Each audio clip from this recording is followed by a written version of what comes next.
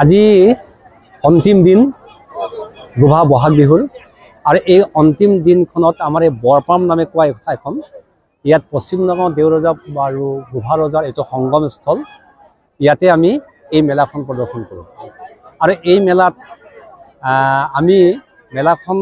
ইয়াত মানে কি কয় প্ৰদৰ্শন কৰিবৰ কাৰণে আৰু পূজা কৰিবৰ কাৰণে পশ্চিম নগাঁও দেওৰজাৰ পৰা আমি দান তোলোঁ তাৰমানে কৰ সংগ্ৰহ কৰোঁ তেওঁলোকে ঘৰে ঘৰে ঘৰে ঘৰে মুৰ্গী আৰু যি পাৰে আৰু চাউল তাউল সব দিয়ে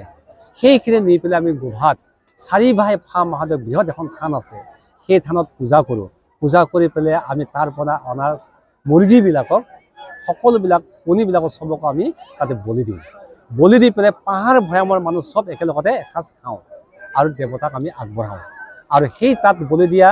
যিবিলাক মুৰ্গী তাত তেজবিলাক আমি আমাৰ যুদ্ধত ব্যৱহৃত সামগ্ৰীসমূহ সানি দিওঁ তেতিয়া সেই তাৰ পৰা আহি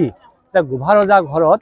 আমি তেতিয়া তাৰ থানৰ পৰা নাচি নাচি আহোঁ গোভা ৰজা ঘৰত গোভা ৰজা আৰু জেলা আৰু কোঁৱাৰাজ কোঁৱৰে সোধে তোমালোকে ক'ৰ পৰা আহিছা তোমালোককতো পঠাইছিলোঁ আমি তেজপুৰ ৰঙামাটিত মানুহক পৰাস্ত কৰিবৰ কাৰণে যুদ্ধ কৰিবৰ কাৰণে যুদ্ধ কি হ'ল আমি যুদ্ধত কৰি আহিলোঁ জয় কৰি আহিলোঁ তেতিয়া কি চিন এই মুৰ্গীবিলাকত লাগি বলি দিয়া তেজবিলাক এই তেজবিলাক প্ৰদৰ্শন এয়া মানুহক কাটি পেলাই আমি জয়যুক্ত হৈ আহিছিলোঁ তেজপুৰ ৰঙামাটিত আৰু সেইখিনিকে আমি যাদৱ গোসাঁই প্ৰদৰ্শন কৰোঁ আৰু ৰাইজক প্ৰদৰ্শন কৰোঁ মেলা আকাৰে গতিকে এইটো সুন্দৰ পৰম্পৰা ইয়াত মানে পাহাৰ ভৈয়াম আৰু গোটেই মানে কি সমতলৰ মানুহখিনিও একগোট হৈ আহে আৰু এনেধৰণে আমি পৰম্পৰাখিনি আমি জীয়াই ৰাখিছোঁ আৰু ভৱিষ্যতলৈকে জীয়াই থাকিব সকলোৱে আমাক সহযোগিতা কৰিছে আপোনালোকে দেখিছে বহুত মানুহ হৈছে তাতো বহুত মানুহ হৈছে এনেধৰণকে আমাৰ এই পৰম্পৰা মেলাখন জীয়াই আছে